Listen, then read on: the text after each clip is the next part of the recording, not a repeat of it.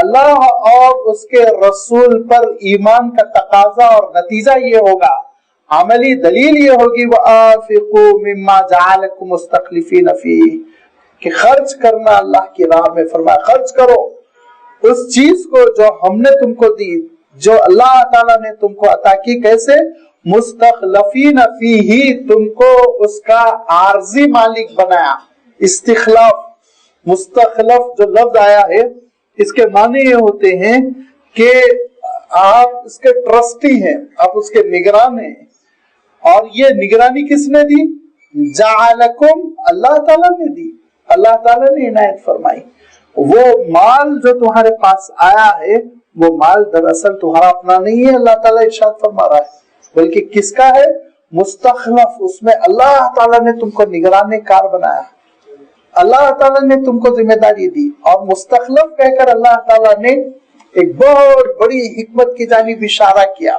مستخلف خلفہ کے معنی ہوتے ہیں ایک آئے چلا جائے اور اس کے جانشینی میں دوسرا آئے، یہ ہے خلفہ کے معنی۔ فخلف من بعدهم خلف اضاعوا الصلاۃ۔ دوسری جگہ ارشاد فرمایا کہ انبیاء علیہ السلام کے بعد بنی اسرائیل میں ایسی نسل آئی نیابت کی جس نے نمازوں ہی کو ضائع کر دیا، تو پھر وہ لعنت و ملامت کی مستحق ہو گئے۔ تو خلفہ کے معنی یکے بعد دیگرے آنے والے، اور مستخلف کے معنی یہ ہوتے ہیں کہ آپ کو کسی چیز کا ایسا ٹرسٹی، نگران، نگہبان بنانا کہ کچھ دنوں کے بعد دوسرا آنے والا ہے۔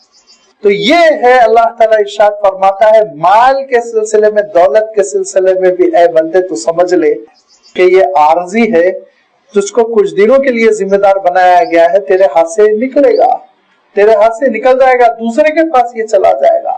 لہذا جب اللہ تعالیٰ نے عارضی طور پر تم کو اس کا نگہبان بنایا ہے، ایک جانب سے وراثت تم تک منتقل ہوئی، پھر اس کے بعد دوسری جانب منتقل ہو جائے گی، تم بیچ میں ایک لنک ہو، تو اللہ کے حکم کے مطابق اس کو خرچ کرو۔ اگر اللہ کے حکم کے مطابق خرچ نہیں کرو گے تو سوائے حسرت کے تمہارے ہاتھ کچھ نہیں آئے گا۔ والذین آمنوا منکم، تم میں سے جو لوگ ایمان قبول کر چکے ہیں، وانفقوا، اور جو اللہ کی راہ میں خرچ کر رہے ہیں، لہم اجر کبیر، ان کے لیے بہت بڑا اجر ہے، عظیم الشان اجر ہے۔ اور یہ اجر اس لیے ہے کہ تم اللہ کے حکم کے مطابق خرچ کر رہے ہو۔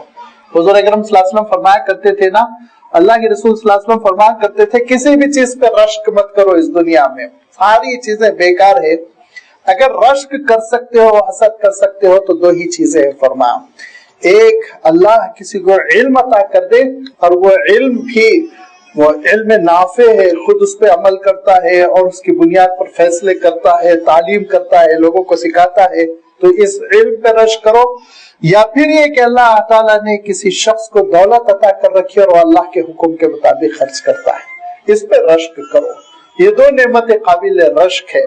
لہذا اللہ تعالیٰ دو سرمایہ عطا کرتا ہے، علم کا سرمایہ یا پھر دولت کا سرمایہ، اور یہ دونوں سرمایہ کے سلسلے میں اللہ تعالیٰ دیکھتا ہے کہ بندے کا عمل، اس کا ریئیکشن کیسا رہتا ہے۔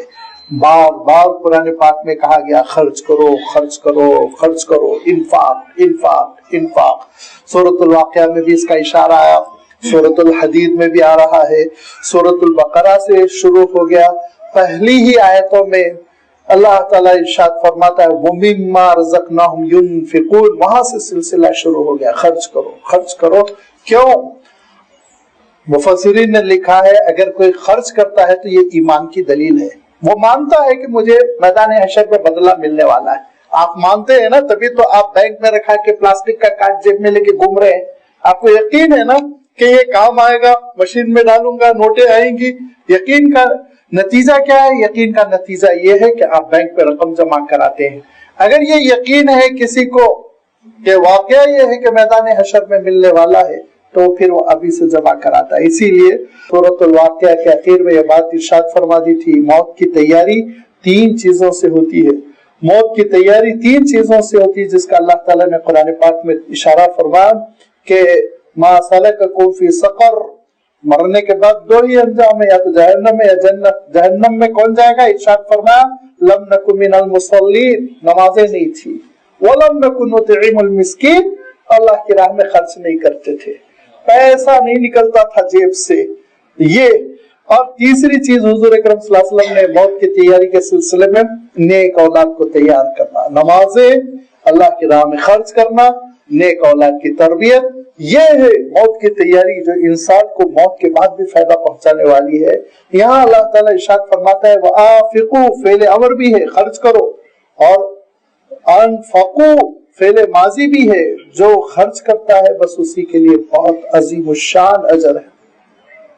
ایسا اجر ہے کہ حضور اکرم صلی اللہ علیہ وسلم فرمایا کرتے تھے کہ کبھی کبھی ہمارے اپنے گھر کے مویشیوں میں ہم دیکھتے ہیں کہ کوئی گائے ہے اس نے بچے کو جنم دے دیا، کوئی گھوڑا ہے اس نے بچے کو جنم دے دیا، ان کے اندر خود صلاحیت نہیں کہ اپنے بچے کی پرورش کریں، تو پھر مالک کرتا ہے پرورش، روزانہ نہلاتا ہے، دھلاتا ہے، صاف رکھتا ہے، یہاں تک کہ پال پوس کے بڑا کر دیتا ہے۔ فرمایا اللہ کے رسول صلی اللہ علیہ وسلم نے تم جب اللہ کی راہ میں خرچ کرتے ہو تو اللہ تعالیٰ جیسے مویشی کا مالک اس کے بچے کی پرورش کرتا ہے، سے اللہ تعالیٰ تمہارے صدقے کی پرورش کرتا ہے اور اس کو پروان چڑھاتا ہے۔ اور فرمایا کہ اتنا ترقی دے دیتا ہے، اتنا ترقی دے دیتا ہے کہ میدان حشر میں تم تعجب کرو گے اتنا تو میں نے کیا ہی نہیں تھا، پتہ چلے گا نہیں کیا تو بہت چھوٹا سا، لیکن اللہ تعالیٰ نے اس کو ترقی دی، اللہ تعالیٰ نے اس میں برکت دی۔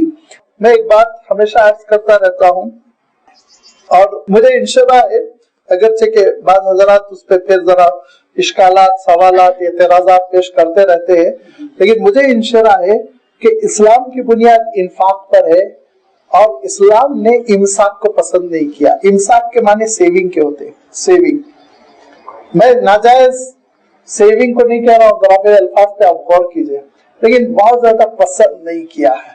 اللہ اور اس کے رسول نے، قرآن مجید نے، اسلام کا جو مزاج ہے اس میں سیونگ کو بہت زیادہ پسند نہیں کیا گیا۔ کیا ہوتا ہے سیونگ؟ دیوالیہ ہی تو نکلتا ہے، کروڑوں روپے جمع کرتے ہیں، کیا ہو گیا؟ ابھی آپ دیکھ رہے ہیں نا، نیوزیں جو آ رہی ہیں کہ بیٹی کی شادی کے لیے 20 لاکھ روپے جمع کر دیے، بینک کا دیوالیہ نکل گیا اور کہہ دیا گیا آپ کو 6 مہینے میں 1000 روپے ملیں گے، پھر بعد میں اضافہ کیا کہ 6 مہینے میں 10,000 روپے دے دیں گے۔